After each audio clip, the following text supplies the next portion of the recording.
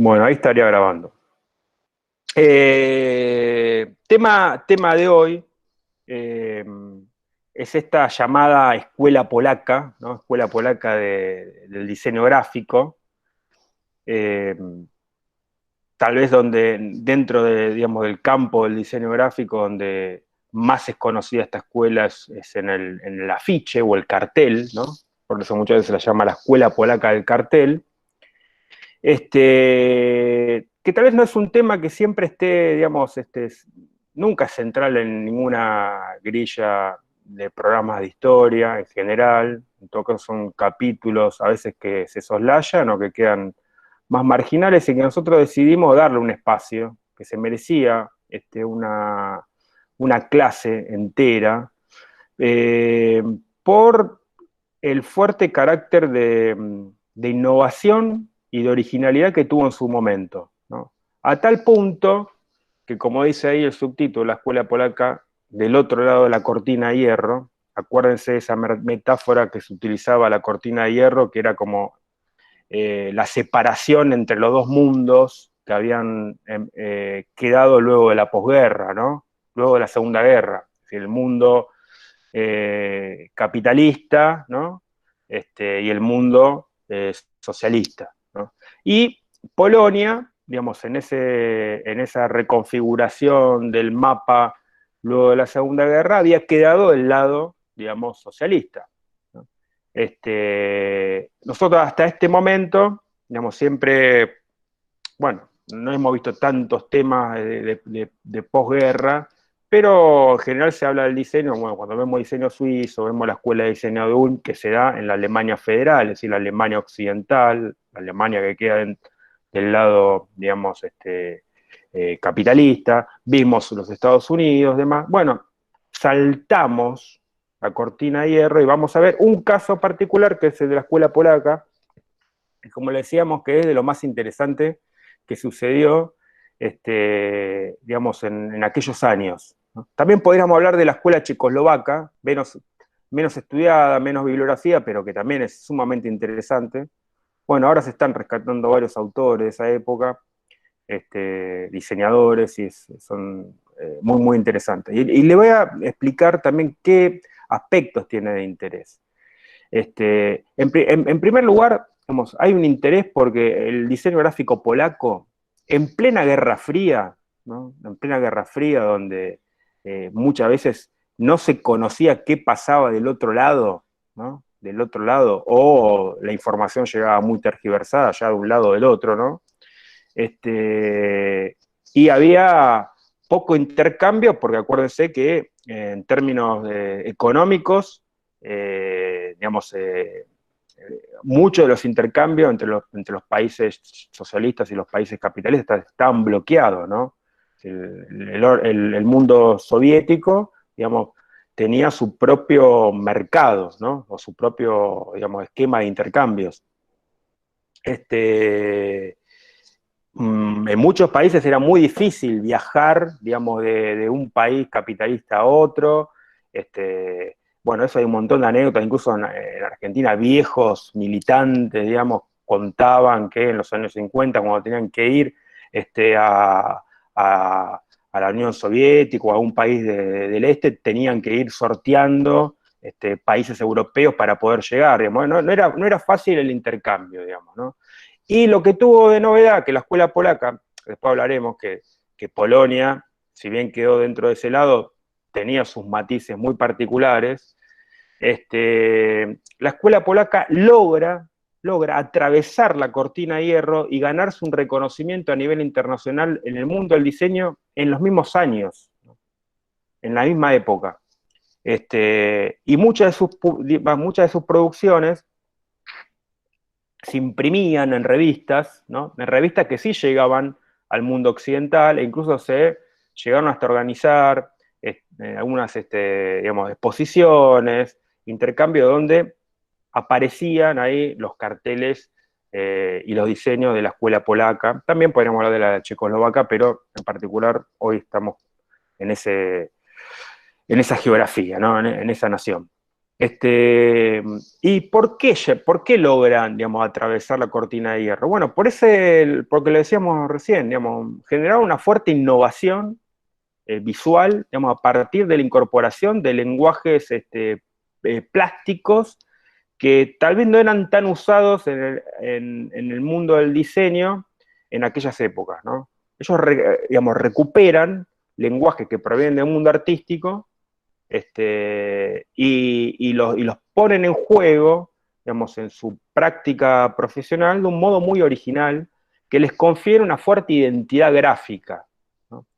Tal es así que al día de hoy se reconoce, ¿no? Y se habla del estilo polaco, ¿no? O el modo de diseño polaco, y los diseñadores polacos, ¿no?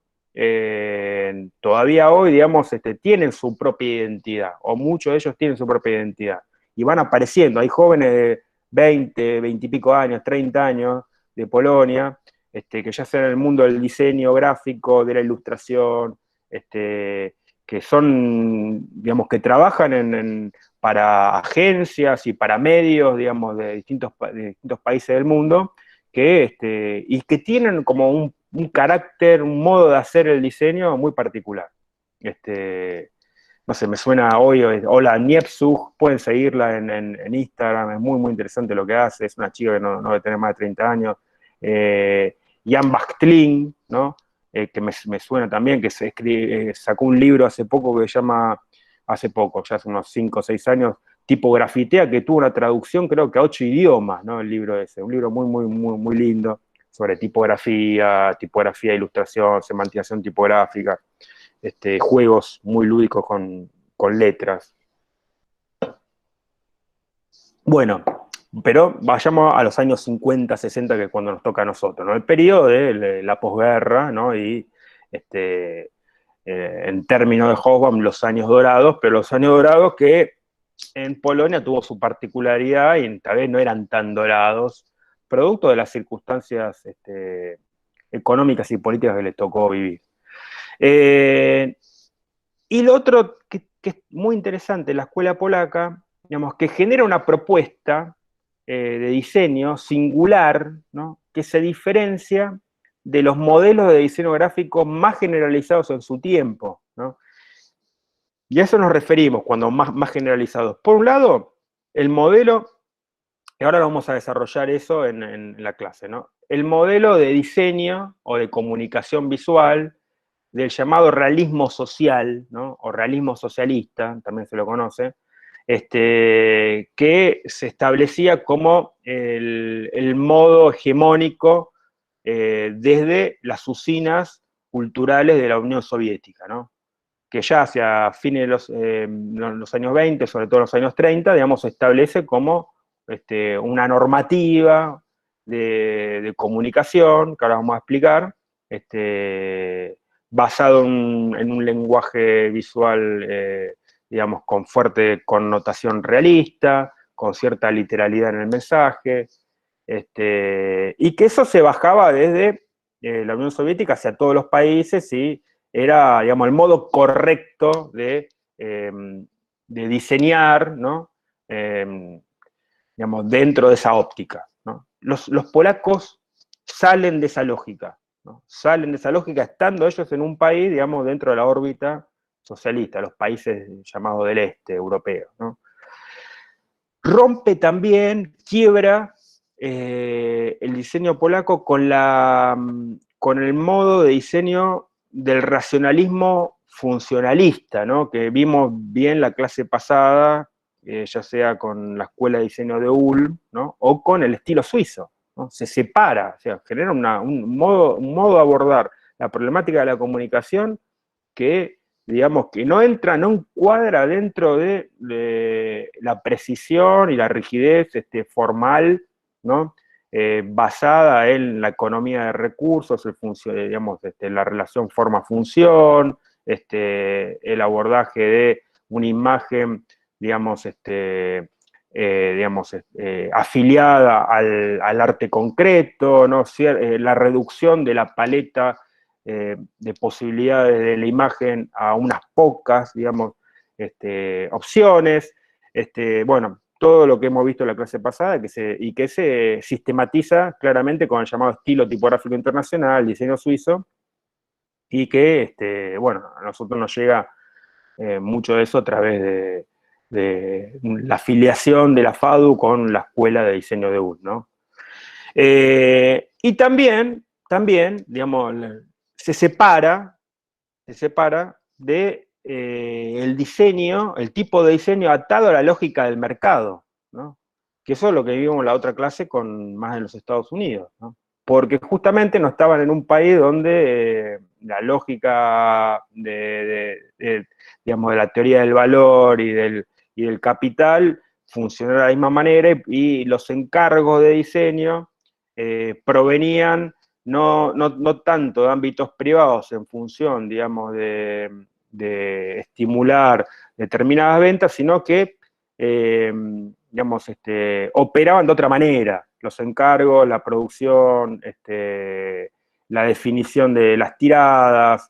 Bueno, ahora lo explicaremos eso. Entonces, esas tres diferencias, podríamos hablar de la escuela polaca, que le da ese carácter de innovación, ¿no? Eh, la distancia con el realismo social, la distancia con el funcionalismo, o con el racionalismo funcional, o el estilo tipográfico internacional, y la distancia con el diseño, digamos, de mercado, o el diseño publicitario occidental, ¿no? Que tenía su modelo principal en las agencias de publicidad norteamericanas. Bien, en palabras...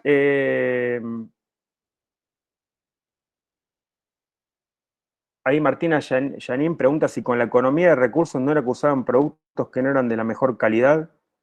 No, o sea, bueno, después si quieren lo charlamos más en los prácticos, porque es más de la pregunta que tiene que ver con la clase pasada. No, economía de recursos tiene más que ver justamente cómo se disponen, cómo se ordena, se sistematiza el diseño, aprovechando las cualidades del proceso de producción, ¿no? Es decir, poniendo a favor, ¿no? Y estudiando bien todo el proceso de producción para aprovechar los materiales al máximo, en cada una de sus instancias de producción. En el diseño gráfico tiene que ver con los modos de composición tipográfica, las tintas que se usan para la impresión, bueno, otras cuestiones que no necesariamente es con los materiales, al revés. Justamente el diseño funcional, digamos, piensa siempre en muy buena calidad de material, acuérdense de Braun, ¿no? Como el caso modelo del funcionalismo, ese funcionalismo alemán, o sea, calidad total, o sea, usted agarra el tocadiscos ese ¿cómo se llama? De Blancanieves, el ataúd de Blancanieves, lo ponen hoy y suena, ¿no? Y suena, hasta algunos melómanos dirían, suena mejor que, qué sé yo, que muchos dispositivos hoy de escuchar música. Así que, no es baja calidad. Bueno, vayamos, yo les quiero poner, digamos, un extracto de digamos, un reportaje a Henryk Tomaszewski, que es uno de los referentes de la escuela polaca del cartel, digamos, que trabajó varias décadas, y muy influyente porque él tenía, digamos, una de las cátedras de diseño en la Escuela de Bellas Artes de Varsovia, ¿no? Entonces, bajo su influjo se formaron muchísimos diseñadores, ¿no? Diseñadores polacos y también diseñadores de otros países, que iban a estudiar, ¿no? a Varsovia porque estaban interesados en aprender esos modos de diseñar. Y dice Tomaszewski, ¿no? ¿Qué es lo que hicieron ellos, ¿no? ¿Y por qué sorprendió tanto? Porque ellos dicen, creamos un nuevo lenguaje semántico, dice, ¿no? Que consiste en el rechazo a la descripción narrativa en beneficio de una abreviatura, ¿no? De una metáfora, de una asociación. Digamos, cuando ellos dicen rechazo a la descripción narrativa, se refieren, ahora lo vamos a ver mejor, digamos, por un lado, al modelo de comunicación que bajaba desde la Unión Soviética hacia el realismo socialista. Pero también se refieren al modelo de comunicación de la publicidad, ¿no? O de la que se utilizaba sobre todo en los años 50 y en los Estados Unidos, y en particular nosotros lo vamos a ver con uno de los casos que es el cine, ¿no? El cine, la publicidad de películas, ¿no? Entonces ellos justamente no tratan de narrar, ¿no? De describir situaciones, ¿no? A eso se refieren a narrar, digamos, contar descriptivamente toda una historia, ¿no? En sus imágenes, sino pensar en abreviar, en sintetizar, y sintetizar a través de poesía, ¿no? A través de metáforas, ¿no? Lo que nosotros llamaríamos retórica, ¿no? En la facultad se habla de la retórica visual. Bueno, ahora vamos a ver cómo muchos de los recursos son muy útiles también para que cada uno los piense al momento de abordar un trabajo práctico en la materia de diseño, sobre retórica visual y demás, ¿no? Y una asociación que tiene que ver con el mecanismo retórico de asociar ideas, palabras, imágenes, ¿no? Y sintetizarlas en esa abreviación, ¿no? En esa abreviatura. Bueno, vamos a hablar un poco del contexto, ¿no? Del contexto, creo que esta imagen describe muchísimo del contexto que le tocó vivir a Polonia. Ahí lo que vemos es un kiosco, los llamados kioscos de carteles. Eso era una tradición muy europea, en Polonia existían, nos ubicaban en las avenidas, en algunas calles importantes, digamos, estas columnas donde se pegaban carteles, ¿no? Especiales para pegar carteles, así como están los chupetes todavía hoy en la ciudad de Buenos Aires, ¿no? O los espacios debajo de las cabinas, digamos, de esperar del metrobús o de lo que fuese. Bueno, había estos chupetes, estas columnas, estos kioscos donde se pegaban los carteles, también en las paredes, obviamente, pero había estos dispositivos de comunicación. Bueno, lo que vemos acá es Varsovia, estas fotos de Varsovia, o sea, la capital de Polonia, 1940, digamos, los carteles están pegados, son carteles de propaganda nazi, ¿no? Porque Varsovia había sido ocupada por los nazis. Fíjense cómo queda después de los bombardeos, ¿no? De 1939. Un año después siguen ahí los edificios totalmente derruidos, ¿no? Esa es la situación que se vive en Polonia, que se vive en muchas digamos, ciudades europeas, pero pensemos que el origen, el inicio de la Segunda Guerra Mundial es cuando Hitler rompe los acuerdos que tenía, digamos, con Inglaterra, Francia, e invade y ocupa Polonia, ¿no? Y ahí se desata la Segunda Guerra Mundial, ¿no? Digamos, Hitler ya venía expandiéndose, los nazis, Alemania se venía expandiendo en distintos países, ¿no? De distintas maneras, y con los polacos tuvo que ir a la guerra, ¿no? Y rápidamente lo ocuparon, previo a un fuerte bombardeo, y es en Polonia uno de los países que más sufre la Segunda Guerra Mundial, ¿no? Más sufrido por la Segunda Guerra Mundial. No sé si han escuchado hablar del famoso gueto de Varsovia, ¿no? El gueto de Varsovia, donde es confinada como en un barrio toda la población judía no sé, no solo de Varsovia, sino de algunos lugares de Polonia. Metieron ahí, se morían de hambre, hubo una rebelión muy importante, la resistencia. Bueno, podríamos hablar muchísimo sobre las circunstancias trágicas que vivió Polonia. Pensemos que los grandes campos de concentración, cuando se habla de Auschwitz quedaba en Polonia, ¿no? Toda la logística de Eichmann, digamos, de mandar trenes, que llegaran los trenes, que pasaran las personas por las cámaras de gas, bueno, toda esa logística sucedía gran parte en Polonia. La población judía polaca, que era enorme, digamos, quedó prácticamente diezmada. Bueno, muy trágico, muy trágico, y eso le tocó vivir a Polonia. Y por otra parte, Polonia también había quedado, si ustedes lo piensan, en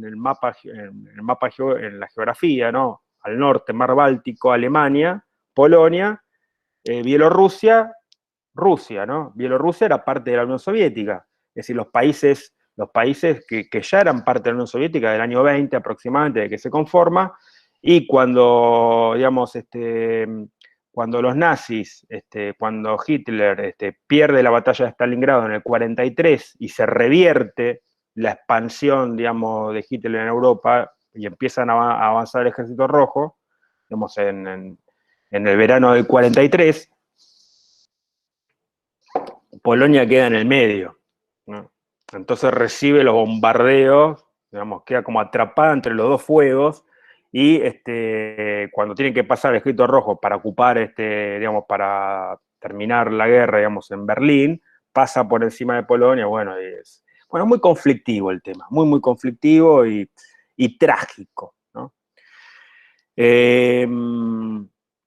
Hay un cartel, digamos, hay un cartel muy famoso, y yo lo voy a mostrar, de Trepowski, que un poco quiere reflejar ese no, ¿no? Ese no a la guerra, no queremos más, es la expresión de esa Polonia que salía de la Segunda Guerra, no queremos más esto, no queremos más destrucción, no queremos más guerra, y lo logran sintetizar en una sola imagen muy sencilla y muy contundente en términos visuales. Y la contundencia se basa en la capacidad de condensación retórica a través de que dos signos visuales, de dos imágenes, bomba y edificio, digamos, destruido, se conjugan, se sintetizan en un juego de figura-fondo, ¿no? Silueta que enmascara la imagen de ese edificio, ¿no? Esa es como la síntesis del recurso, o de uno de los recursos que hablaba recién Tomaszewski, ¿no? Abreviación, ¿no? Y asociación en una sola imagen, una palabra, ¿no? No. Y a la vez, ¿no? Y a la vez vemos que tienen como un colorido, ¿no? Rojo, celeste, colores vibrantes, ¿no? Esta es piensa que es una copia, una foto sacada de un afiche viejo, ¿no? Pero originalmente esa litografía debe tener un color, un celeste muy vibrante, un rojo muy vibrante.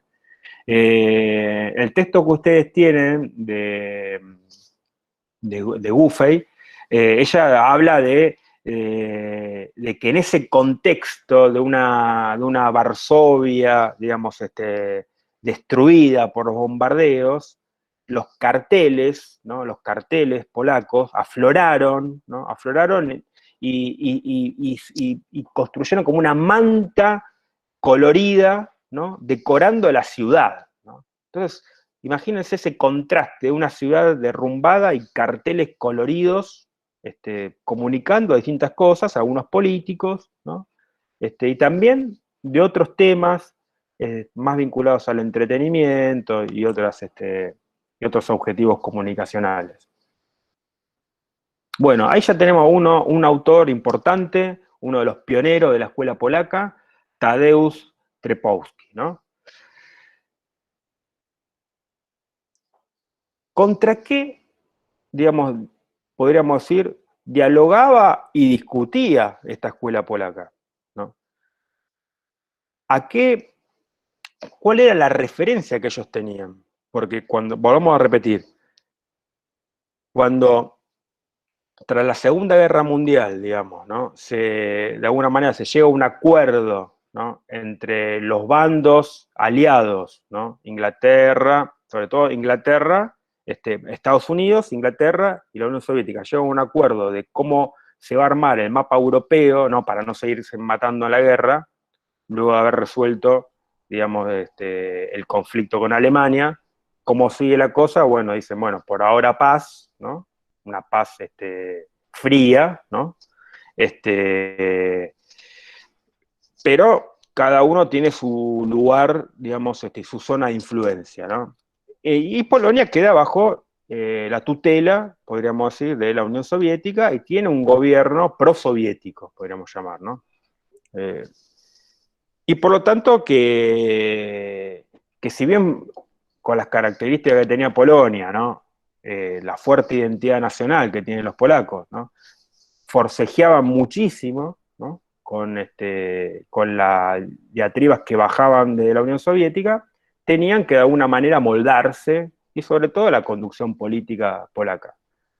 Pero los carteles rusos, digamos, los carteles soviéticos, o el modo de diseño soviético, llegaba, ¿no? Llegaba fluidamente, ¿no? Entonces, de alguna manera, estos carteles estaban discutiendo con esos otros carteles. ¿Y cómo eran esos otros carteles?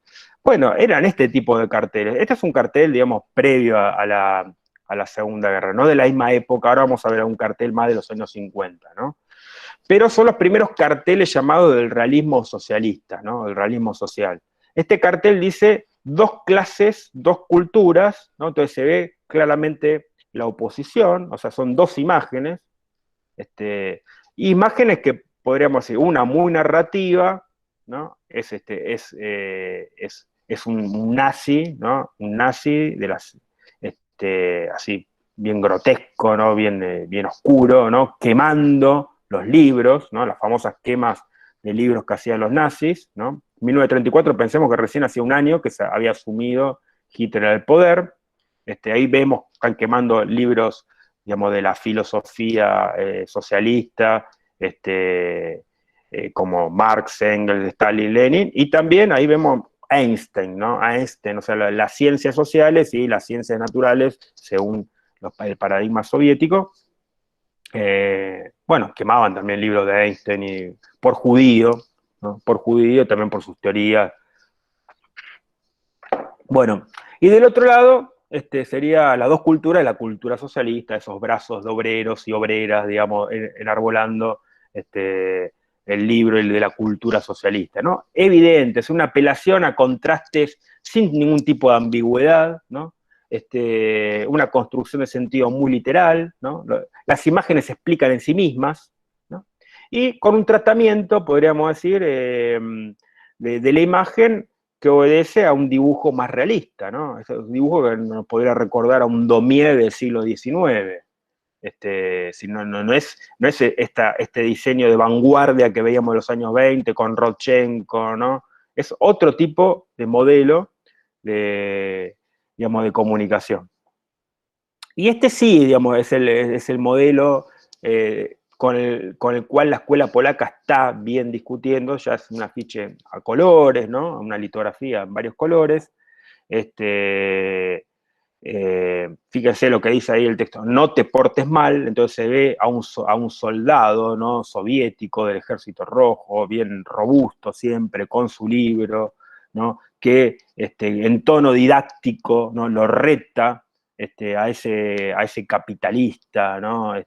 Con nariz aguileña y con la galerita, ¿no? Como que sería, digamos, el símbolo de los Estados Unidos, ¿no? Podría ser que tiene en su mano, si se ve, es una bomba, ¿no? Entonces lo reta, si no te portes mal, no tiene más bomba, ¿no? Pensemos que, digamos, Estados Unidos había terminado la guerra del Pacífico con las dos bombas atómicas sobre Japón. Bueno, nuevamente, tono didáctico, contrastes evidentes, ¿no? Corrección ideológica, ¿no? La corrección política. Lo narrativo, ¿no? Es casi como un cuadro de historieta. Otro tipo de carteles que son estas, muy típicos de esta época, digamos, este del 45, 46, que si bien Polonia sufrió, bueno, fue uno de los países más sufridos, la Unión Soviética también fue de los países más sufridos. Stalingrado, hoy se llama Volgogrado, la ciudad, una ciudad industrial, digamos, con muchos millones de habitantes, sufrió un sitio tremendo, con hambruna, creo que fue más de un año de sitio de las tropas alemanas, totalmente derruido. Estuvo el sitio de Leningrado. Leningrado es San Petersburgo, ¿sí? Los alemanes estuvieron ahí bloqueando San Petersburgo durante varios años, estuvieron a 50 kilómetros de Moscú. Se calculan 20, 25 millones de muertos en los países, digamos, de la órbita, o sea, 20, 25 millones de muertos, para darse dimensión, ¿no? Más de la mitad de la población argentina fallecida durante la Segunda Guerra Mundial. lo que ellos llaman, al día de hoy la siguen llamando la Gran Guerra Patria, y la población masculina, ¿no? En algunas regiones de los países de la Unión Soviética había quedado prácticamente diezmada, o sea, o no existía, ¿no? Habían salido a pelear y muerto en batalla o bajo los bombardeos o la ocupación, prácticamente toda la población masculina, quedaban los chicos y las mujeres. Y hay muchos documentales eso que lo muestra, digamos, las mujeres fueron las que reconstruyeron muy rápidamente y muy velozmente, que habla del milagro también soviético de esa época, las ciudades, los edificios, ¿no? Entonces acá se ve a esta mujer como optimista, feliz, ¿no? Feliz, heroica. Siempre, fíjense, la ilustración está como tomada desde abajo, ¿no? Como una especie de toma en el piso, ¿no? Al ras, así para dar ese tono de superpoderosa. Una ilustración realista, entonces se la ve tomando la pala, ¿no? Y construyendo el socialismo y construyendo la economía luego digamos, de haber vencido a los nazis y recuperando, digamos, la producción, etc. Esos son típicos mensajes de aquella época. Si se mostraban en Polonia, claro que se mostraban en Polonia, sí, se mostraban en Polonia, se mostraban en todos los países de Europa Oriental y era un modelo, digamos, a seguir, un modelo de diseño a seguir. No conozco esa película Guerra Fría. Bien, la miraré de Martina, la película. En la Guerra Fría, 76 millones de muertos, no lo sé eso, lo de la Guerra Fría. En la Segunda Guerra, sí, más o menos fue eso, 60 millones, se dice, no, 70, no sé bien los números. En la Guerra Fría, no sé, porque la Guerra Fría es un periodo más largo, son varias décadas. Pero ya sería otra cosa, sería más por la Guerra de Corea, la Guerra de Vietnam, no sé a qué te referís, Lucas. Bueno, otro cartel también bien soviético, ¿no? Dice, también seremos pilotos, ¿no? Esa idea, todos los jóvenes, alegres, ¿no? Coloridos en el campo, con flores, la ilustración nuevamente, ¿no? Mirando al futuro, mirando hacia adelante, asociaciones formales como con cierta obviedad, ¿no? Entonces el chico con el cartel, con el avioncito de madera balsa, ¿no? Y después que quiere ser pilla atrás, y atrás el avión, digamos, del avión de la aeronáutica soviética, ¿no? Ese tipo de mensajes y ese tipo de construcción literal del discurso, ¿no? Bueno, y ahí estaba estos carteles, otro de Trepowski, ¿no? Fíjense, la misma época que la anterior prácticamente, que plantean un modo de comunicación totalmente divergente. Luna pregunta si esos carteles eran del realismo socialista. Sí, el anterior, este. Esto es lo que se llama realismo socialista, realismo social, ¿no? Bueno, y este es el cartel al estilo polaco de esa primer, digamos, impulso de esta escuela, ¿no? Ahí dice algo así como la prosperidad de la patria por el trabajo, entonces se generan estas asociaciones, digamos, si el mango es de madera, de un martillo como símbolo del trabajo, símbolo del obrero, ¿no? De ahí nace, de esa madera nace digamos, el fruto, ¿no? Los frutos del trabajo, y las metáforas y las acciones que uno puede empezar a hacer, muy atractivos visualmente, y nuevamente la asociación, una imagen con dos conceptos, ¿no? Que sintetiza a la vez dos conceptos, ¿no? Y en esas asociaciones es donde se produce el poder comunicacional. Y estos carteles, digamos, estos carteles estaban en la vida de los ciudadanos polacos. Esta es una imagen de la estación central de trenes de Varsovia, a principios de los años 60, pero probablemente hubiese esta misma imagen 10 años antes, ¿no?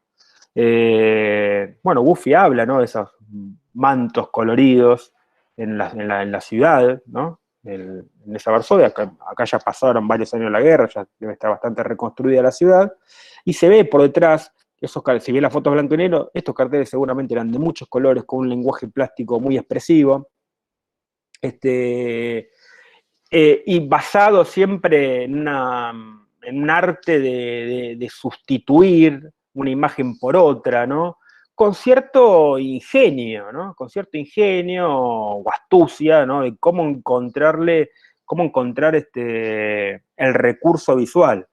Eh, y que emplea, y eso lo vamos a ver ahora, una variedad de enfoques y fuentes de inspiración, ¿no? Con un fuerte también espíritu de experimentación, ¿no? De probar cosas que sean distintas, ¿no? Y esa es como la constante del trabajo, refiriéndose o invocando técnicas y recursos diversos, que van desde el fotomontaje, el collage, ¿no? El collage y el montaje está muy presente, técnicas pictóricas, ¿no? Y técnicas pictóricas a veces más vinculadas al expresionismo, a veces más vinculadas al surrealismo, el uso de la escritura informal, ¿no?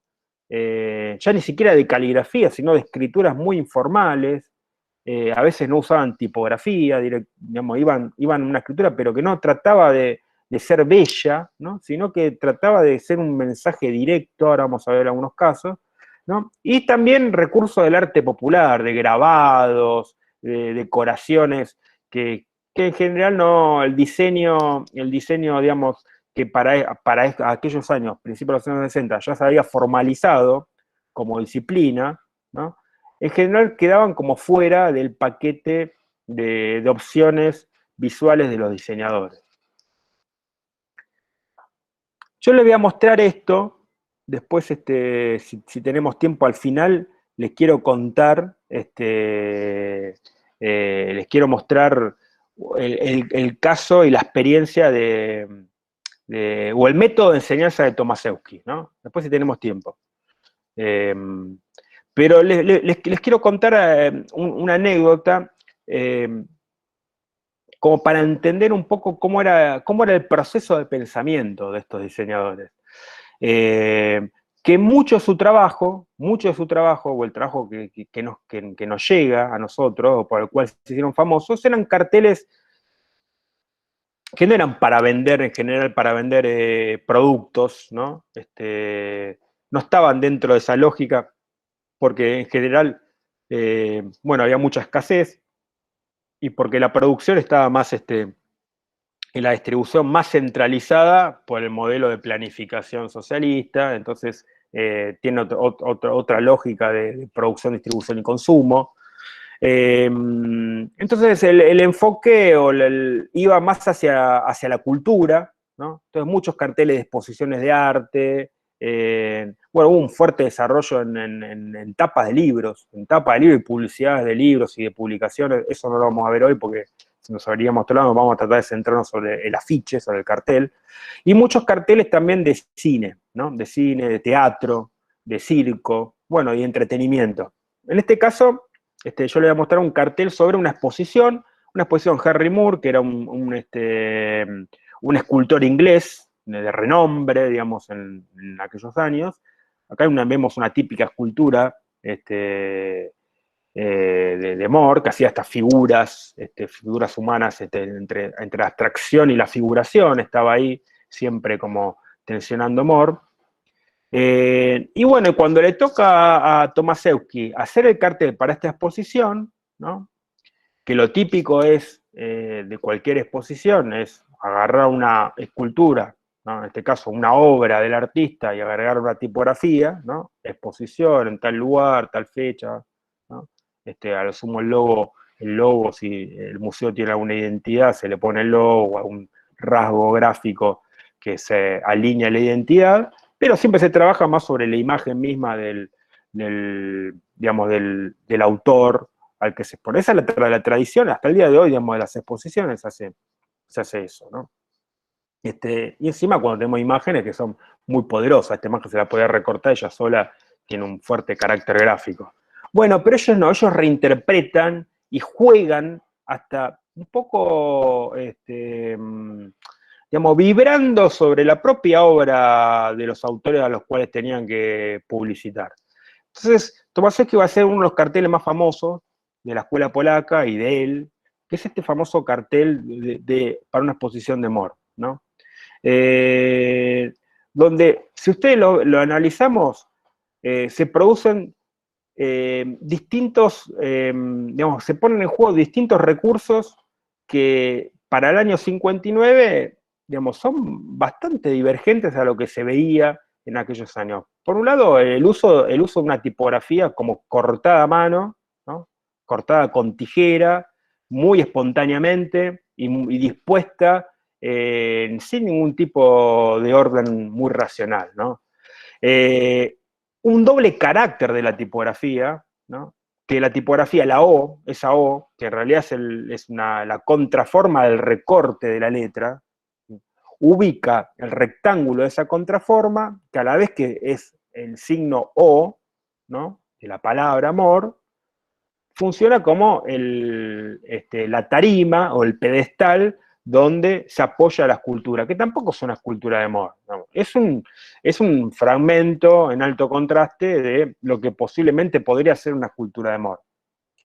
Y después podríamos hablar de que el apoyo tipográfico, digamos que donde dice el museo, donde va a estar, se da casi muy marginalmente y en lugares inesperados, como ese bloquecito negro que aparece medio volando y apoyando al lado de la O, y después el remate o el anclaje final, digamos que está por encima, en una línea de texto muy, muy por detrás, como para ya un tercer, cuarto orden de lectura, ¿no? Entonces hay una fuerte síntesis, un primer orden de lectura en una sola palabra, ¿no? Una sola palabra, si no hay narración, hay una palabra, contundencia, un segundo orden que me tengo que acercar en ese bloquecito y un tercer, cuarto orden ya por atrás, con un lenguaje, podríamos decir, por momentos aniñado, ¿no? En esos recortes de letras, que de alguna manera nos recuerdan a las figuras y esas letras que recortaba, por ejemplo, Matisse, ¿no?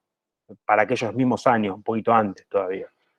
Y si estaban mirando, si quieren, referenciándose en este caso, sobre Matisse o los surrealistas, ¿no? Bien. Este es el cartel de él. Vayamos a otro caso, ¿no? Este es una pintura de un pintor abstracto, ¿no? Abstracto o no, neofigurativo polaco, ¿no? Habitación azul. Entonces se ve ahí como una especie de cuarto de cama y de elementos que podrían ser una habitación, pero con juegos abstractos y con una paleta cromática muy cerrada, ¿no? Bueno, un típico cuadro de este pintor de renombre también en Polonia. Y ahí la anécdota que yo quería contar es que cuando hay dos diseñadores franceses, también muy conocidos, eh, que, que formaron un grupo en Francia en los años 70, que duró hasta los años 80, que se llamó Grapou, ¿no? Uno de ellos fue Pierre Bernard, que falleció hace unos 5 o 6 años, muy, muy prolífico, un diseñador, trabajó para el Centro Pompidou, hizo la imagen del Museo d'Orsay, bueno, tiene una trayectoria de diseño fantástica. Y ellos cuando eran jóvenes, que habían estudiado en París, habían estudiado diseño en París, se encuentran, conocen algún trabajo de la escuela polaca y deciden ir a estudiar a Varsovia, ¿no? Con Tomaszewski, ¿no? Entonces van a estudiar a Varsovia, jóvenes ellos, la edad de ustedes, ¿no? Tal vez algunos años más. Vamos a estudiar con este tipo que nos huele la cabeza, ¿no? Queremos ir a aprender eso. Bueno, viajan, van a Varsovia, y les cuenta, eso está en el libro de Bernard, que Tomaszewski le da un primer ejercicio, ¿no? bueno, ustedes ahora tienen que hacer un cartel promocionando una exposición, ¿no? De un pintor. Entonces le da un pintor, un escultor, bueno, haga. Entonces lo que hacía todo el mundo, venía, llegaba con una fotito de la obra y le ponía una tipografía arriba, abajo, más linda, más fea. Y Tomasewski le decían, no, no, no. Vaya de nuevo, hágalo, ¿no? Cuenta eso. Bueno, ¿y a qué quería llegar Tomasewski? Que ellos no tenían que reproducir la obra, ¿no? Porque la obra ya la iban a ver en la propia exposición. La obra ya habla por sí misma. Esto era el cartel de promoción y dicen, y acá ustedes tienen que interpretar, ¿no? Y expresar. Interpretar y expresar el contenido, ¿no? Entonces ya cambia la óptica, ya no es meramente informar objetivamente, sino es expresar subjetivamente un contenido que a su vez informe, ¿no? ¿Sí? Adquiere otra complejidad muy distinta a el modo de abordaje que para aquellos mismos años se podía hacer en la escuela suiza, en Zurich, bajo las enseñanzas de Müller-Brockmann, ¿no? Para contrastar, digo, ¿no? Entonces, veamos, por ejemplo, cómo Tomaszewski interpreta, ¿no? Subjetivamente la obra de Piotr, de este pintor polaco. Entonces, él genera un cartel escribiendo, ¿no? Escribiendo con estos rasgos informales, esas texturas, ¿no? Brutales, armando un rectángulo, ahí también torcido a mano, como un boceto, y con unas letras que también son como un boceto. Por eso, ni siquiera es que es caligrafía esto, ¿no? Es una escritura, ¿no? Escritura rápida de boceto que se transforma en la imagen, ¿no? Bueno, esto era muy sorprendente para la época. Tal vez hoy también incluso podría hasta... Hoy te lo bochan directamente, no pasa. Viene señor Malva, señor Proa, y te dice, no, no, no se entiende esto. No, hacemos otra cosa, poneme la foto de... Bueno, ellos lo podían hacer. Jugaban, incluso tenían esa libertad dentro de un mundo, digamos, bastante controlado, ¿no? De ese mundo soviético de esos años, ¿no? Pero ellos jugaban con esa libertad, ¿no? Y con una expresividad muy creativa, ¿no? E interpretativa. Bueno, para esto había todo un método que después, si tenemos tiempo, yo se los muestro. ¿Me van siguiendo hasta ahí?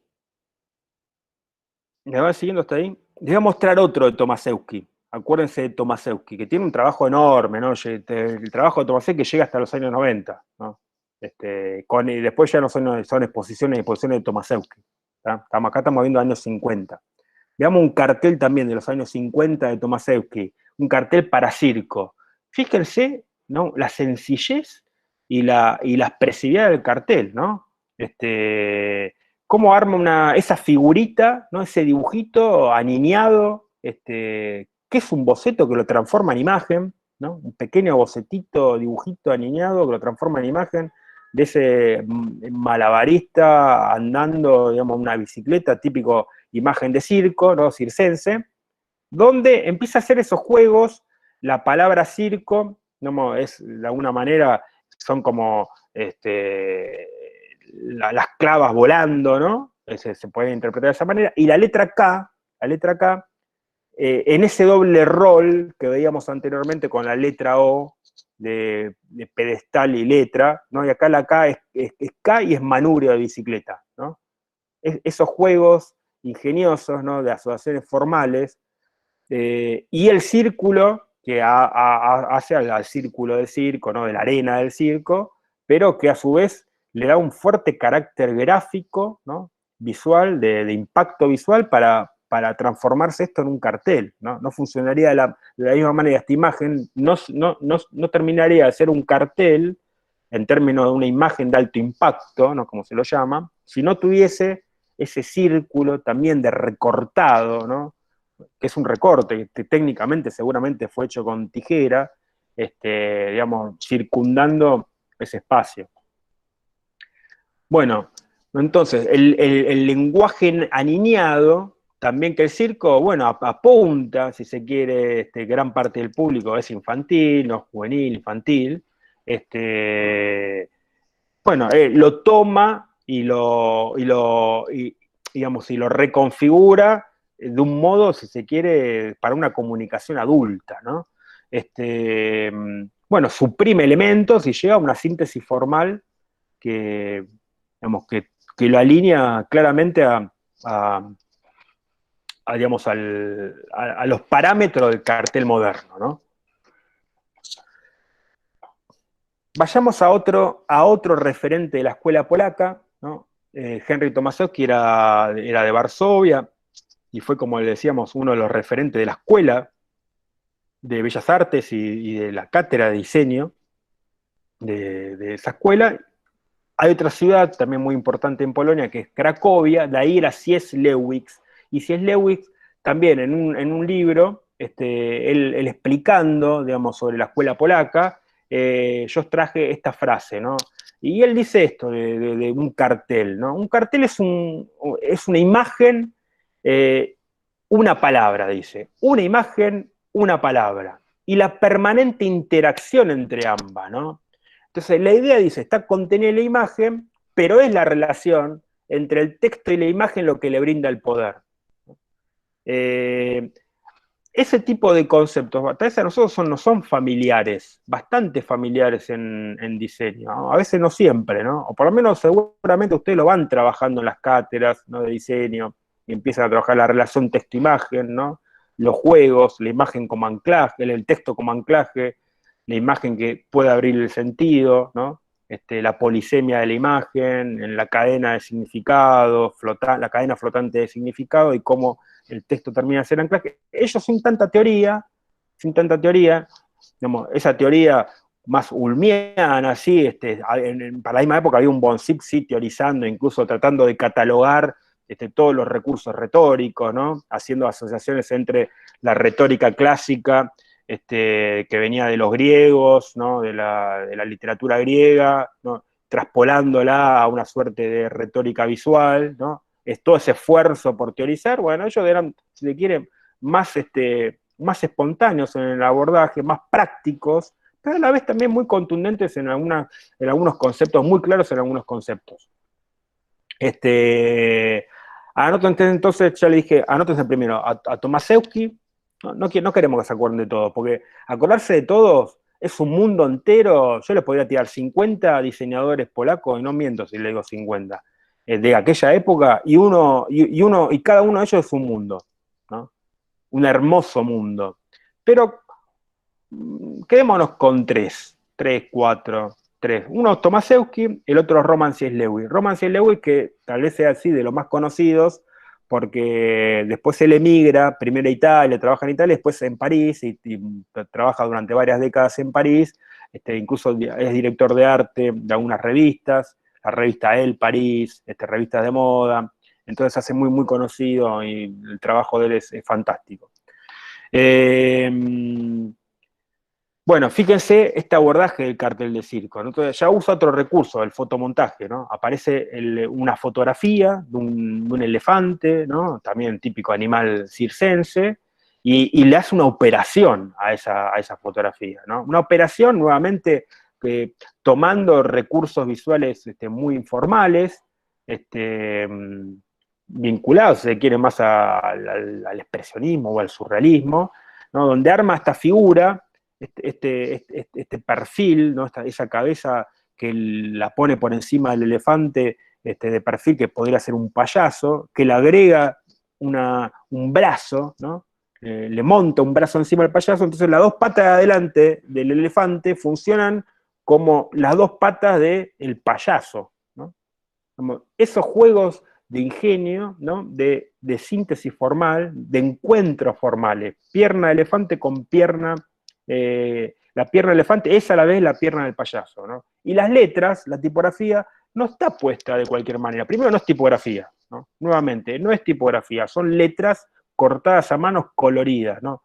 Son pedazos de papeles pintados de colores que se cortan y se pegan. Y se pegan jugando uno superpuesto sobre el otro, y que funcionan nuevamente. Uno podría decir, bueno, ¿qué son? Es el bonete, el sombrero de payaso, son clavas volando, ¿no? Bueno, ideas, es decir, nos abre un mundo de significados. Entonces son imágenes que ellos buscan la ambigüedad en la imagen, ¿no? Que la imagen no sea directa, no haya una comunicación directa, ¿no? Objetiva, sino que haya una subjetivación de la imagen, ¿no? Buscada, ¿no? Y ambigua. Siempre dos cosas a la vez, o más de una a la vez. Pata de elefante, pata de payaso, ¿no? Letra, a la vez sombrero. Bueno, ese tipo de juegos. Y en el caso de C.S. Lewis, siempre el contraste de lenguaje, ¿no? El contraste de lenguaje, el lenguaje fotográfico por un lado y el lenguaje informal del recorte expresivo, también le da como un fuerte atractivo visual a la imagen.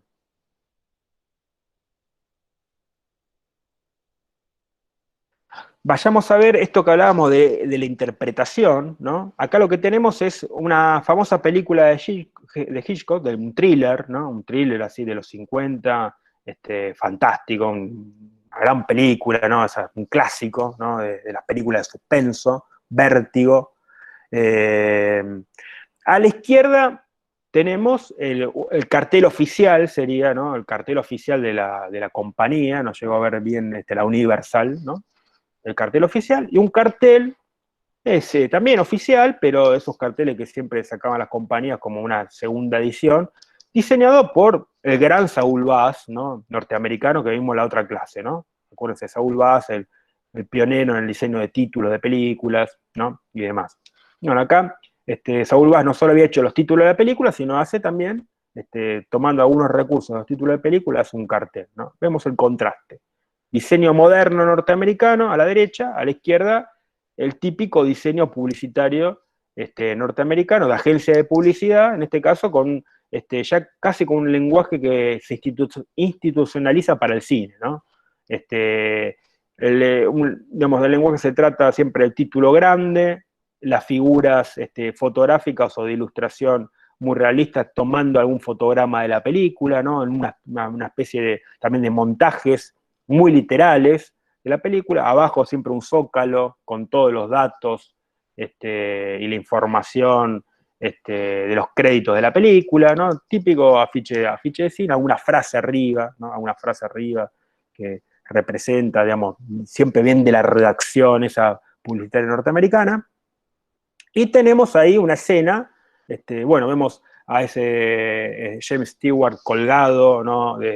Colgado a un lado, detrás el Golden Gate, o sea, ya nos ubica en una ciudad, ahí en San Francisco, digamos, en Norteamérica, así, mucho dato, mucha información, lo que sería la descripción narrativa, como diría Tomaszewski, ¿no? La descripción narrativa.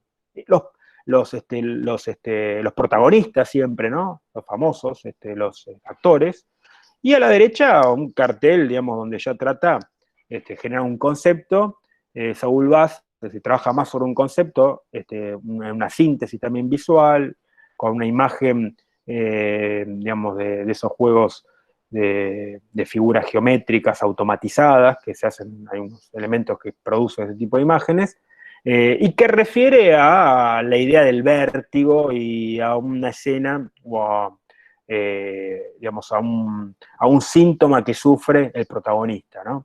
Que cuando sube las escaleras de un faro, ¿no? Tiene vértigo, se marea, bueno, y trabaja sobre eso Saúl Bass. Bien, bueno, cuando este cartel, digamos, a ver, cuando esta película se importa, ¿no?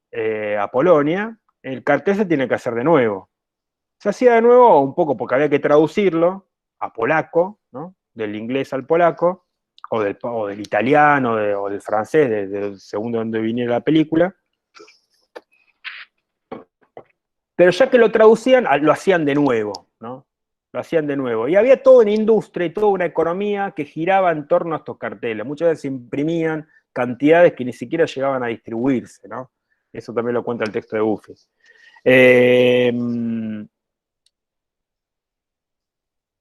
Y cuando lo hacían bajo esta lógica de la interpretación, ¿no? De ya no atenerse, digamos, a la literalidad del mensaje digamos, más evidente detrás de la película, sino de expresar el contenido de otra manera, ¿no? En Argentina, por ejemplo, yo con esto, cuando venía la película, normalmente se entregaban las agencias, justamente acá estaban en Argentina, en Buenos Aires estaban localizadas agencias publicitarias que eran también norteamericanas, entonces había un fuerte vínculo. Entonces les mandaban los originales o algunas partes de los originales y después acá lo que se hacía se le agregaba la tipografía, ¿no? En castellano, ¿no?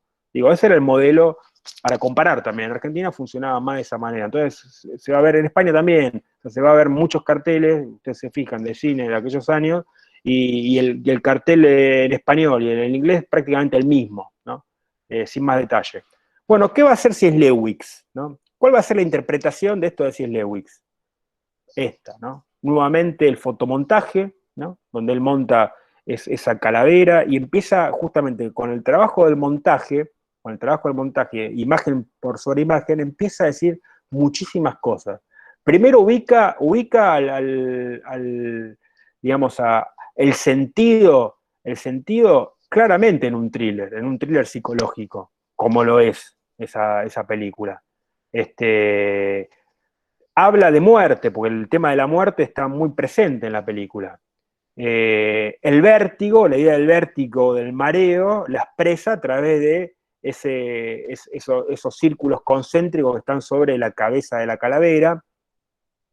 Agrega, digamos, construye el cuerpo, digamos, con las superposiciones de huellas dactilares, si se ve ahí debajo en el cuello, digamos, del personaje, son huellas dactilares, porque la película trabaja fuertemente sobre el problema de la identidad. No sé si la han visto la película, pero bueno, aparece en un momento la enamorada del protagonista que se había muerto, aparece viva. Entonces, pero vos sos mi mujer, no, no, yo no, soy otra persona. Bueno, un tema de identidad muy fuerte que se sintetiza en esta imagen sumamente poderosa, ¿no? Ahora, cuando vamos al análisis de cómo vinculan la tipografía con la imagen, fíjense dónde pone el título, ¿no? El título lo pone en la boca de la calavera, ¿no? O sea, extrae una parte de esa calavera y pone casi las letras como si fuesen los dientes, ¿no? Suplantan a los dientes. Es decir, no aparecen en lugares esperados. Eso lo vamos a ver también, que es muy típico de la escuela polaca. Ubicar la tipografía en lugares no esperados, ¿no? Y eso no esperado también le da cierta ambigüedad, pero también le da interés. Y después cuando tiene que ir a la información digamos, más de créditos de la película, que la pone claramente arriba, en vez de ponerla abajo, como en la tradición sistematizada de los carteles norteamericanos, la pone arriba, pone grande Hitchcock, porque ya para aquella época era muy famoso, ¿no? Vendía por sí solo que fuese una película de Hitchcock, y también hace unos juegos tipográficos, digamos, combinando fuentes, sans serif, con slab, más condensadas, más expandidas, bueno, hace ese tipo de jueguitos tipográficos. C.S. Lewis había aprendido diseño gráfico, diseño tipográfico en la Escuela de Arte y Oficios de Cracovia, ¿no? Entonces, en una sola imagen, muerte, vértigo, identidad, muchas cosas se condensan, ¿no? en un solo signo visual.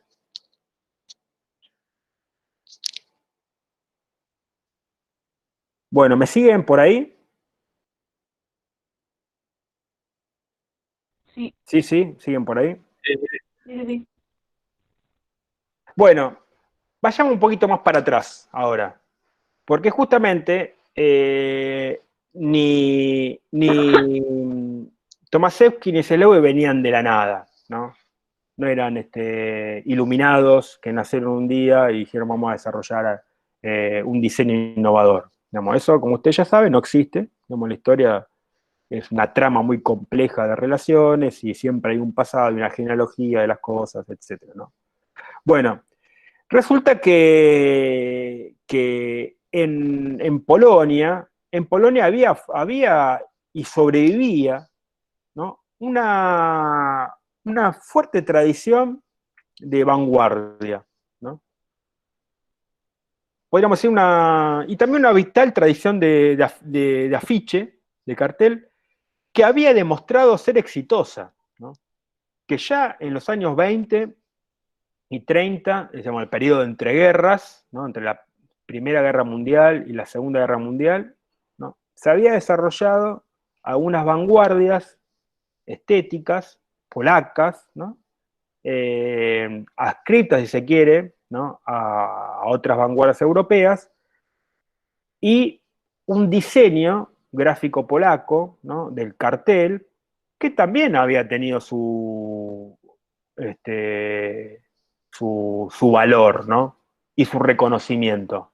Así como el diseño gráfico francés, que nosotros vimos con Cassandre, o como el diseño gráfico ruso, que vimos con los afiches de Rodchenko, o de los hermanos Stenberg, etc., ¿no? Bueno, en Polonia también. Por ejemplo, estaba esta revista, la revista Block, ¿no? Unidad se traduciría, ¿no? Que esta revista, una revista de vanguardia, el director de esta revista daba clases en la escuela de Varsovia, ¿no? Y se publicaban textos de Marinetti, textos de Malevich, textos de Lisinski, de Theo van Doesburg, de Mies van der Rohe, ¿no?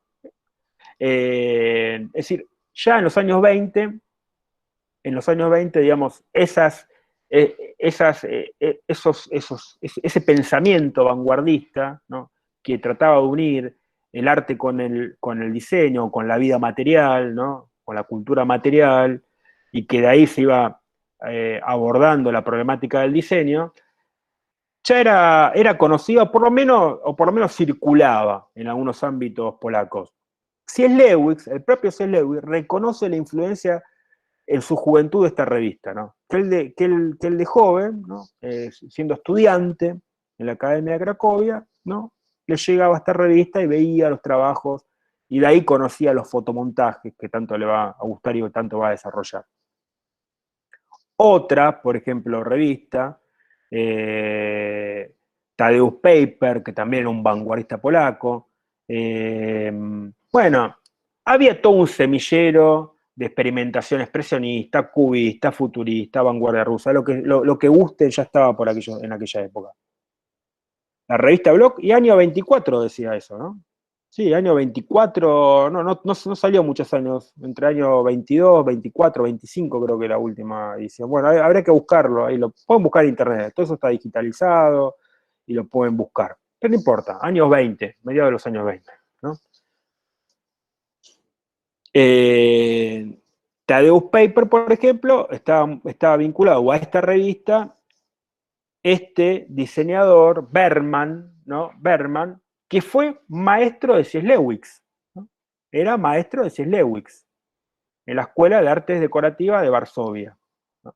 Berman, ya en los años 20, ¿no? Él conocía perfectamente la obra de la nueva tipografía, ¿no? Había leído a Gijol, conocía los montajes de Moholy-Nagy, de Rodchenko, de Clusy, de Lisinski, todo eso le llegaba a traer revistas alemanas, y sobre todo le interesaba muchísimo el trabajo de Hartfield, de John Hartfield, ¿no?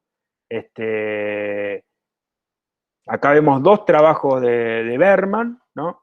Berman, que era a la vez que era, como muchos, eso ya lo hemos visto, como muchos de estos artistas de vanguardia, ¿no? Era un militante, ¿no? De izquierda, con cierto vínculo, ¿no? Con el socialismo, y demás. Bueno, él cuando viene la ocupación nazi logra escaparse y se exilia en la Unión Soviética, ¿no? En la Unión Soviética trabaja y hace bueno, mucho trabajo. Acá lo que tenemos a la izquierda es una serie de fotomontajes al estilo de Hartfield, ¿no? De fotomontajes que lo llama Sangre y Acero, ¿no?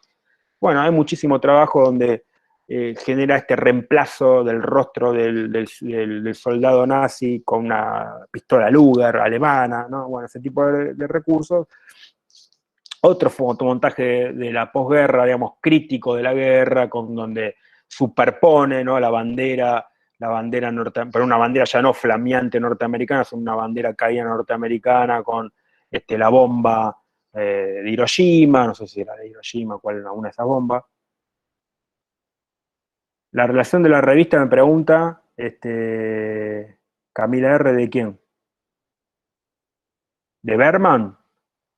Y Berman estaba vinculado, algunos trabajos de Berman se habían publicado en las revistas esas que veíamos, se publicaban ahí, o tenía contacto, vínculo con esas redes. Acuérdense siempre que esta gente no estaba sola, ¿no? Se juntaban grupos, se desarmaban los grupos, armaban otro grupo, ¿no? Conocían el trabajo, viajaban, etcétera. Bueno, en el caso de Berman, después él va y viaja y los conoce en persona, Lisinski, Rodchenko, etcétera, porque ya estando, digamos, exiliado en la Unión Soviética. Pero antes ya conocía, y él mismo reconoce la influencia de Hadfield en su obra y el interés que tenía Hadfield en la obra. Bueno, pero Berman, además de que hacía este tipo de trabajo más político, ¿no? Berman también era un diseñador gráfico tradicional, que trabajaba para la industria, ¿no?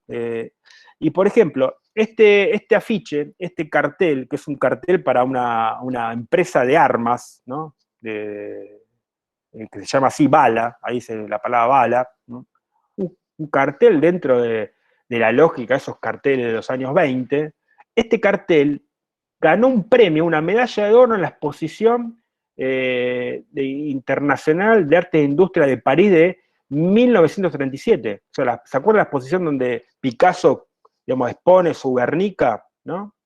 O en esa exposición, bueno, en esa exposición, Berman, o sea, Polonia participa y entre otros, digamos, lleva su producción y entre esas cosas aparece el cartel de Berman y saca un premio, ¿no? Entonces, por eso, tenían reconocimiento.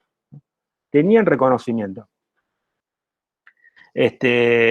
Otro cartel de Trepowski, que lo vimos recién con el afiche de no a la guerra, Trepowski también, en esa misma exposición, saca premio. Por eso decíamos que ellos no venían de la nada, sino que en los años 20, en el periodo entre guerras, habían tenido su éxito, ¿no?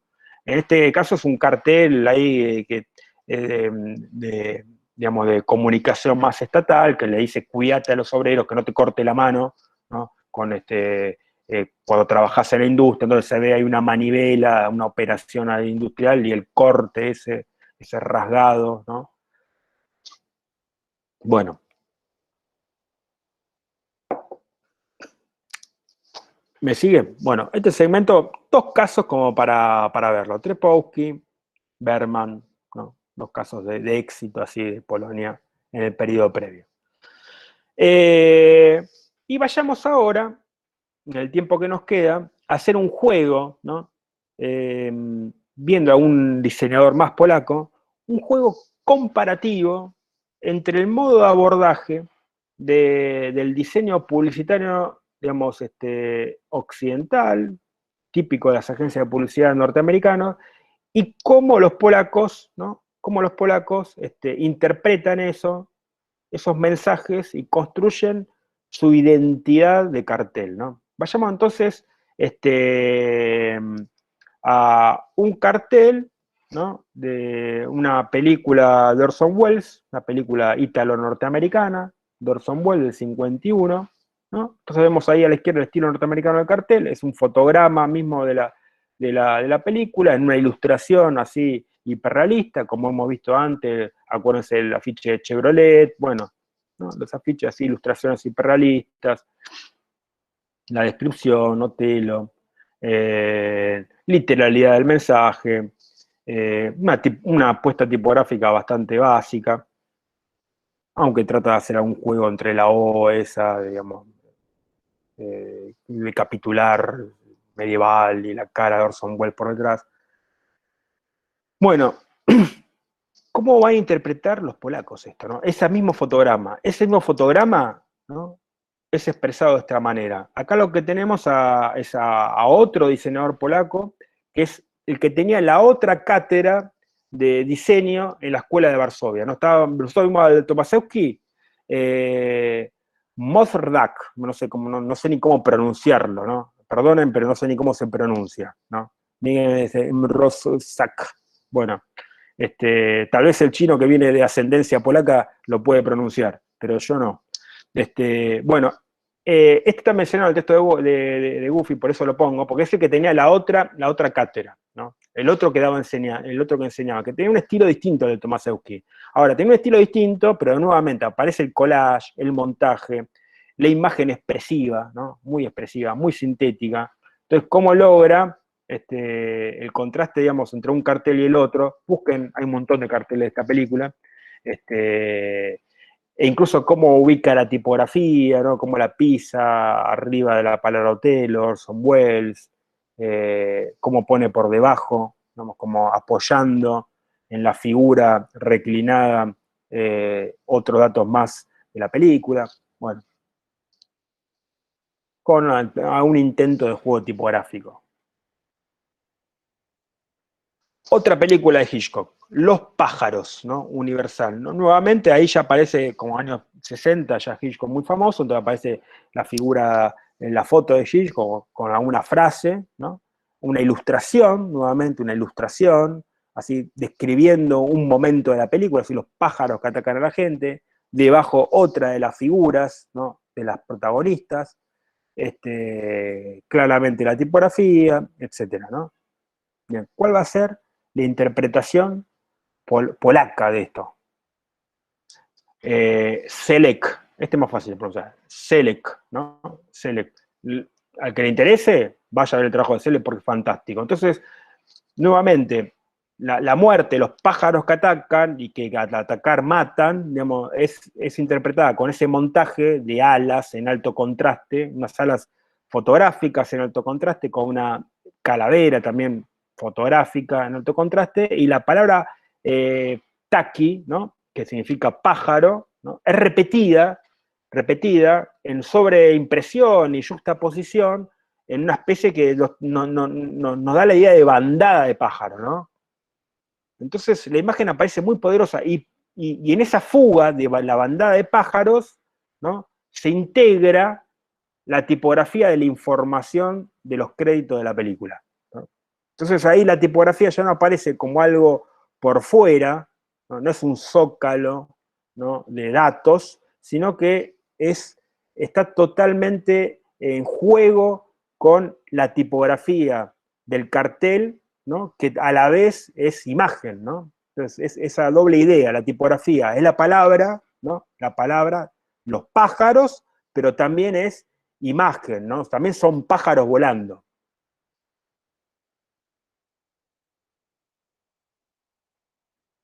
Una película muy famosa de aquellos años, Burt Lancaster, un actor norteamericano que venía del circo, había sido trapecista de circo, después se hizo muy famoso porque hacía películas de piratas, ¿no?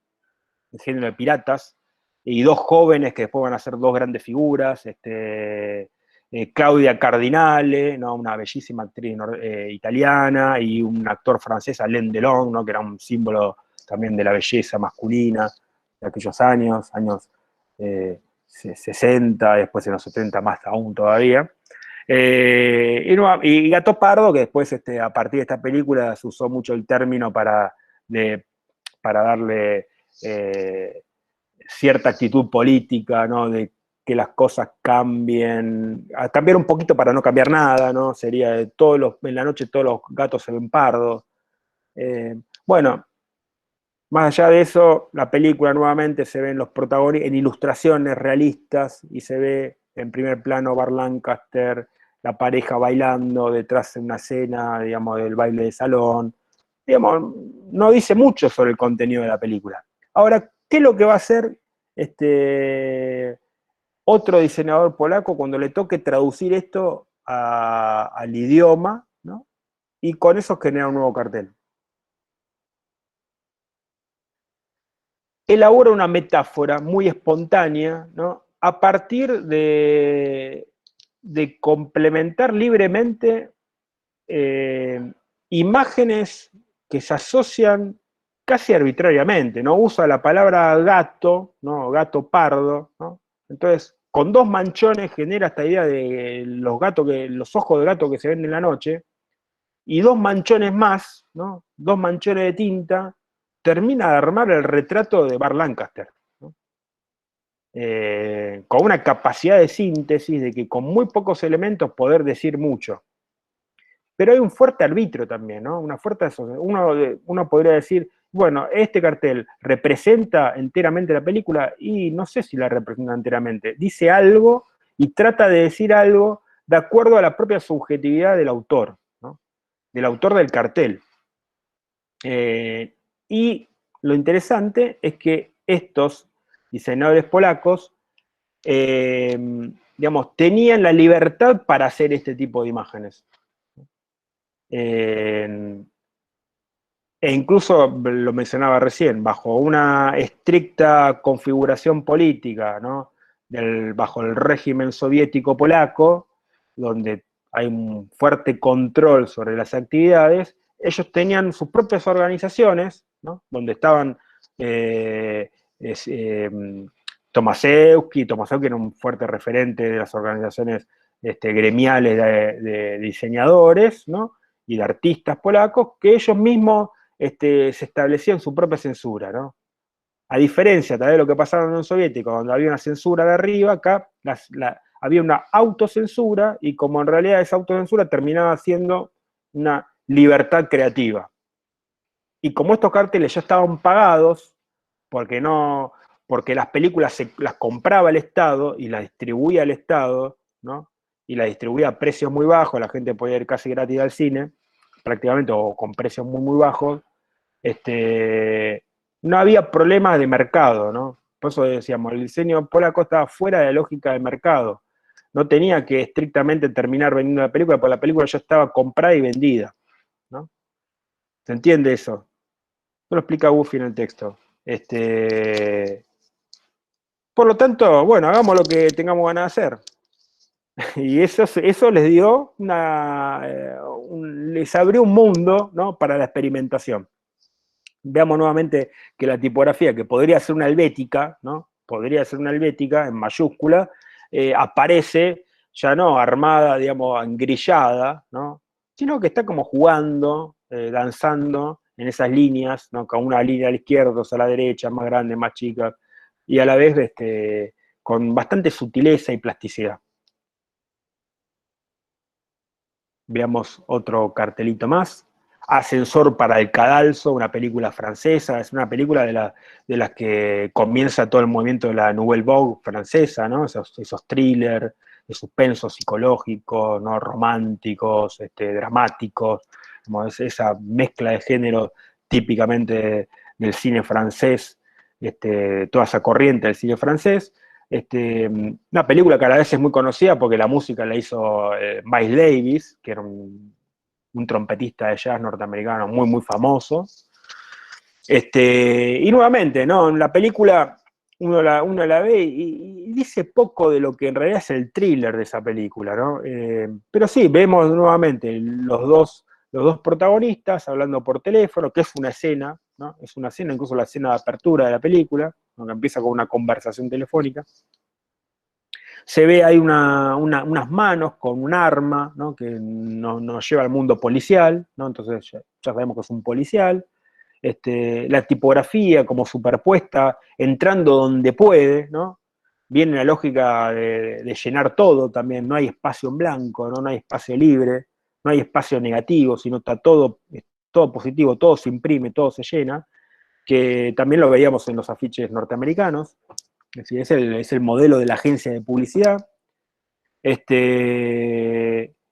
Y yo le voy a poner otro referente, y sí me gustaría que después lo investiguen un poquito, que es Jan Lenica, ¿no? Jan Lenica, que hace esta interpretación, ¿no? de la película, y va hacia el tema de la película, porque el conflicto de la película, no la quiero espolear mucho, ¿no? Pero que trata de que en un momento el protagonista queda atrapado en el ascensor, ¿no? Queda atrapado en el ascensor y todo circula a través de cómo sale de esa, ¿no? Cómo zafa de esa en un momento donde él acaba de matar a una persona, ¿no? Entonces, y queda ahí. Entonces, Jan Lenica toma ese momento y lo interpreta de una manera muy especial, o sea, y trabaja con una síntesis en una figura, dos conceptos en una sola imagen, nuevamente, ¿no? Dos conceptos en una imagen, silueta y trama de puntos, como la asociación a la figura de Tiro, ¿no? Esa imagen nos hace acordar a esa figura de Tiro, y la trama de puntos exagerada, ¿no? Esa autotipía, la autotipía, es decir, la trama de puntos que se usa para la impresión, la exagera, la amplía, ¿no? Entonces empieza a ser, a la vez que es un gris de fondo, es un gris muy gráfico, ¿no? Muy gráfico, óptico, podríamos decir, y también nos da la idea de balas, ¿no? Bien. Y por otra parte, pone claramente la idea del ascensor, ¿no? Ascensor para el cadalso, la idea del ascensor, con los números, ¿no? Y un número, digamos, donde queda atrapado el ascensor, entre el piso 2 y el piso 3, donde queda atrapado. Bueno, ahí marca el piso. Muchas cosas diciendo en muy pocos elementos, ¿no? Y sí, ahí el espacio negativo está funcionando, ¿no? Está funcionando, lo deja hablar, no llena todo, etcétera. Es decir, una construcción mucho más contemporánea de la imagen. Jan Lenica, ¿no? Les voy a mostrar otra más de Jan Lenica. Esta es la película que lo hace, la primera película que filma Roman Polanski fuera de Polonia, en Inglaterra, Repulsión, también otro thriller psicológico. Esta la pueden ver en YouTube, está muy buena la película, si les interesa. Son películas de la época, ¿no? No estén esperando un ritmo acelerado, ¿no? Es otra cosa, ¿no? Todo más lento, pero si te dejas llevar, te atrapa y es muy buena. Bueno, Roman Polanski después va a filmar en Hollywood y va a ser muy famoso para las películas, bueno, Bebé Rosemary, por ejemplo, ¿no? En general, a Polonia se la recuerda en aquellos años en la cultura por los afiches y el cine, ¿no? El diseño gráfico, porque también además de afiches en tapa de libros, el diseño gráfico y el cine polaco, ¿no? Que también tiene, al día de hoy, tiene como todo un espíritu y una identidad. Bueno, el cartel inglés, nuevamente aparece esta figura, la protagonista, en ilustración, ¿no? En distintos momentos, ¿no? En distintos momentos, distintas caras, porque también es una mujer muy, digamos, que sufre un problema psíquico muy grave, ¿no? Con mucha autorrepresión, la represión sexual está muy metido en el medio, y aparece un elemento también tomado de la película, que es la maquinita de afeitar del amante de la hermana, bueno, la navaja, bueno, ideas ahí. Y después que van a ser relevantes en la película. Nuevamente, la palabra, alguna frase, dato, demás. ¿Qué va a hacer Jan Lenica, digamos, con esta película en Polonia? Trabaja la idea de esa figura, esa monstruosidad, ¿no? Esa conversión, digamos, terrorífica que vive la mujer, ¿no? En esta figura de mujer más pictórica o más de dibujo, ¿no? Un dibujo más expresivo, ¿no?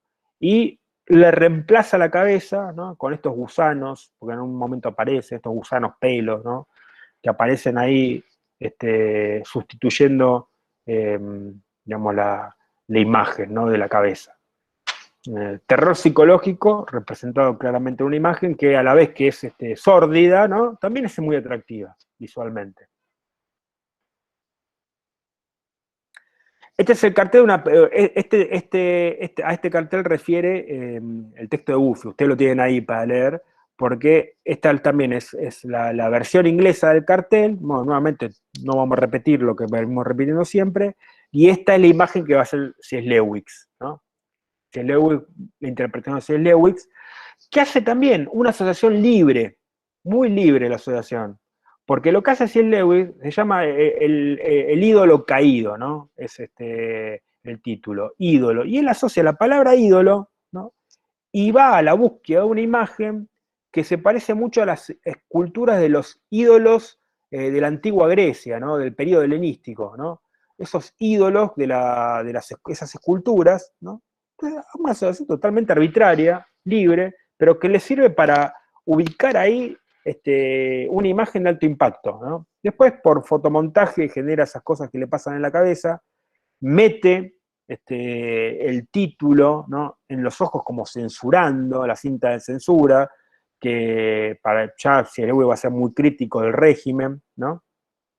Y deja, en general los polacos dejan, y esto sí es consciente, a que el mensaje termina de reconstruirse en el pensamiento del receptor, ¿no?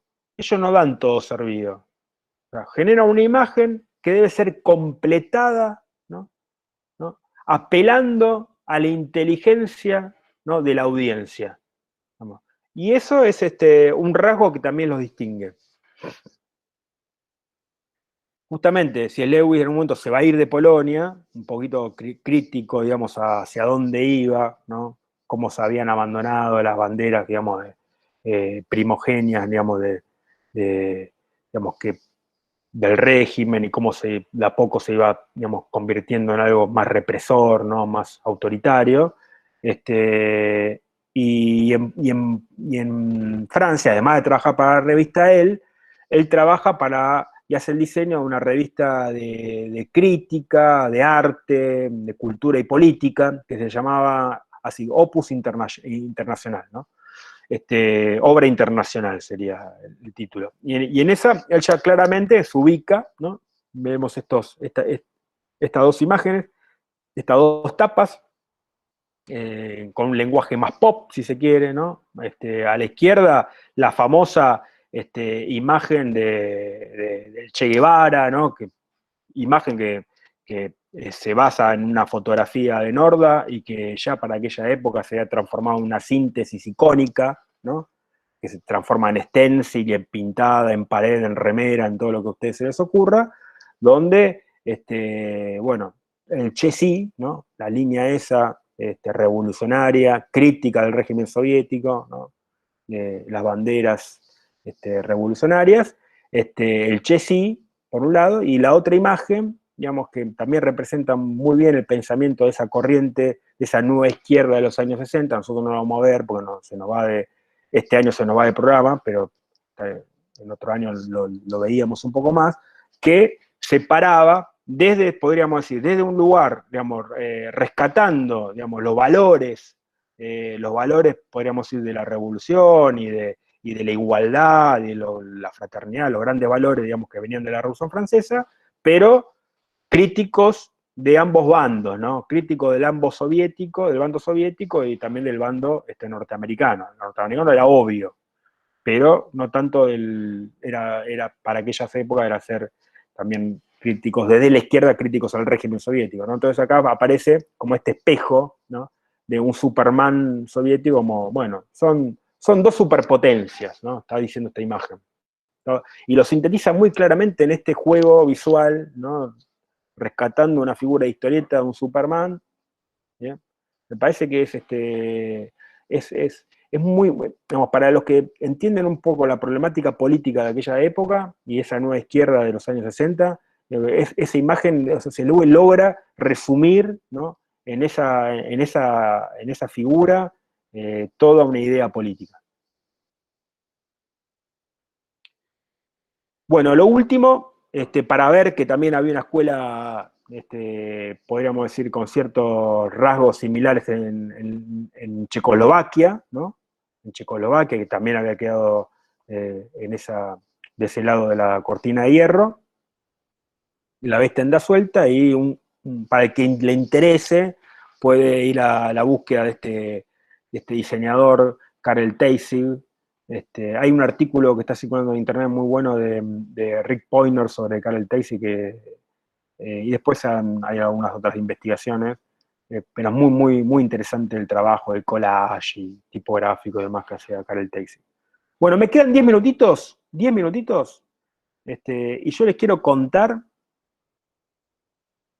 eh, los ejercicios introductorios que hacía Tomaszewski en sus clases en la Academia de Varsovia, ¿no? Ejercicios introductorios para la realización de un afiche o de un cartel, rescatados de una exposición en París que se hizo sobre Tomaszewski, ¿no? Un libro que tiene en chino y que lo vimos ahí en algún momento, y rescatamos ahí las imágenes y el textito que explicaba ese mecanismo, ese método Tomaszewski. Y después también está rescatado eso en algunos otros libros. Un ejercicio que tenía como 4 pasos, ¿no? 4 pasos. Yo se lo digo a esto, chicos, porque nosotros en la cátedra de diseño bueno, los que hagan diseño con nosotros lo van a hacer, digamos, en diseño 1 nosotros lo hacemos esto. Y salen cosas divertidas, muy divertidas. Pero creo que les puede servir, ¿no? Les puede servir a un momento cuando están medio perdidos, no se les ocurre la idea. Bueno, justamente Thomas Sowell dice, no hay que ir directo a la idea, ¿no? Eso no existe ir directo a esa idea ingeniosa. Es un proceso, ¿no? Un proceso que va de menor, de lo más simple a lo más complejo, para llegar a la síntesis del cartel. Entonces él tiene un primer momento que es el ablande, ¿no? Digo, esto lo daba Tomaszewski en los años 60, ¿no? Este método.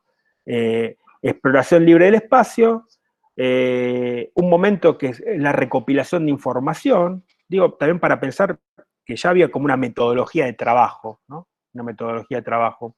Recopilación de información, selección y edición de imágenes, ¿no? Y después ya empezar a operar retóricamente, ¿no? Introduciendo a unas figuras simples, ¿no? Contraste e indicios, ¿no?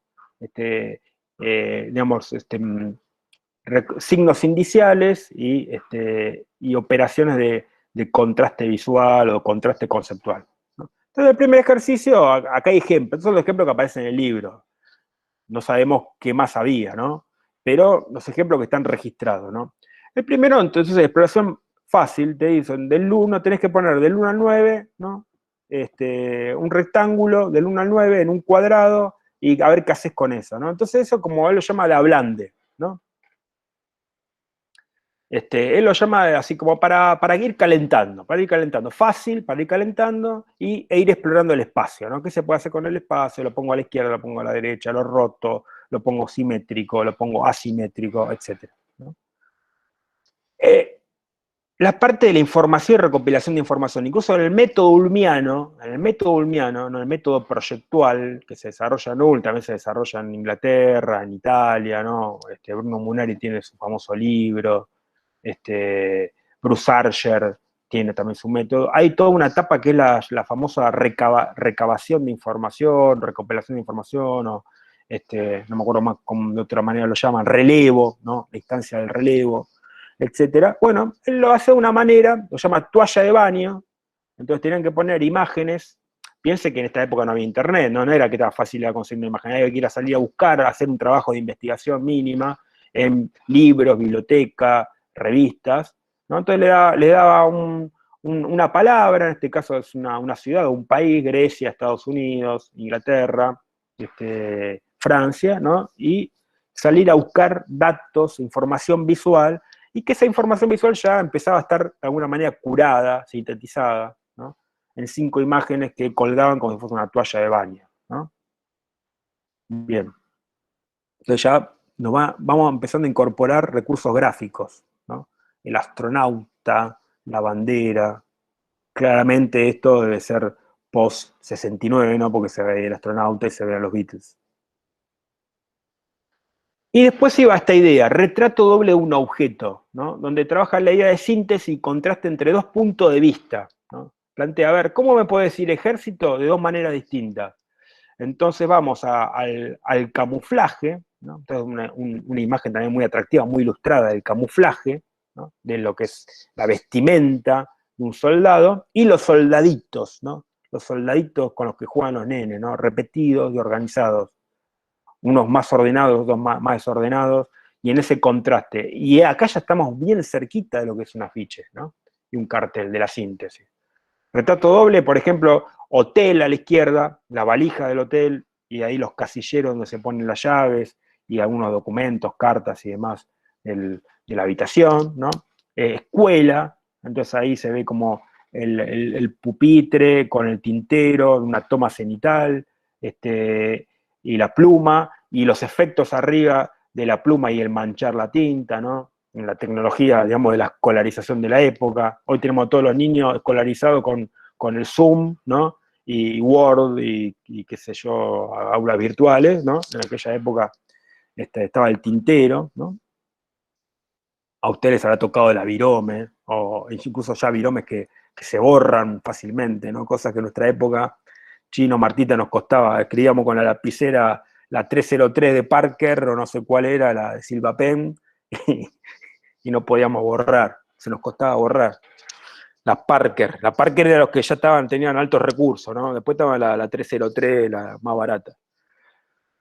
Bueno, correo, ¿no? Entonces está el paquete y la carta, ¿no? En esos contrastes. Pero ven cómo son imágenes que ya están curadas, tienen una esteticidad, se busca eso. Y el cuarto método es el de buscar los indicios, ¿no? Entonces forzar los signos indiciales, las transferencias, ¿no? Las asociaciones, digamos, los desvíos, ¿no? Palabras que usamos nosotros en los talleres de diseño, con esta idea, ayer, hoy y mañana. Entonces te dan un tema ayer, hoy y mañana. Entonces, fíjense, la nubecita con ese recorte bien informal, bien a lo Tomaszewski, ¿no? Estos son estudiantes de Tomaszewski. En esa retícula, en esa trama de rayas, digamos, a 45 grados de la lluvia y un plano amarillo que uno podría interpretar como el sol, ¿no? Síntesis visual, fantástico, un recorrido narrativo. Acá ya estamos muy cerca de lo que es de lo que sería la ficha. Nuevamente, los fósforos, rojo fuego, el papel quemado, ¿no? Bueno. Y estos dos para ver carteles ahí publicados en algunos libros de los carteles que hacían Gerard Paris Clavel, que les mencionamos antes, estos dos franceses tan afamados después, ¿no? Y Pierre Bernard en sus clases con Tomaszewski, ¿no? En el año 67 y en el año 66. En el caso de, fíjense lo que es un cartel sobre lo que sería de una exposición de Paul Klee. ¿Recuerdan Paul Klee de Bauhaus? Bueno, un cartel de Paul Klee.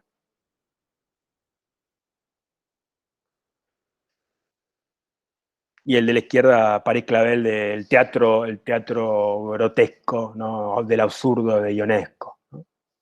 Fuerte. Bueno, hasta ahí llegamos, ¿no? Hasta ahí llegamos. A ver, yo esto que les muestro es como una chapa, digamos, ¿no? No, esto es casi un fuera de programa en nosotros, ¿no? Pero es para que entiendan el proceso y cómo ya había una metodología, o ellos van logrando ir a una metodología, ¿no? De diseño, en este caso para hacer carteles, no sé cómo sería para otro tipo de interfaces de diseño, pero bueno, esto es lo que está publicado de lo que conocemos, ¿no? Y que cuentan, se cuenta a través de algunas publicaciones, libros o reseñas, ¿no? Bueno, dejo de compartir, estamos bien en tiempo, dejo de grabar.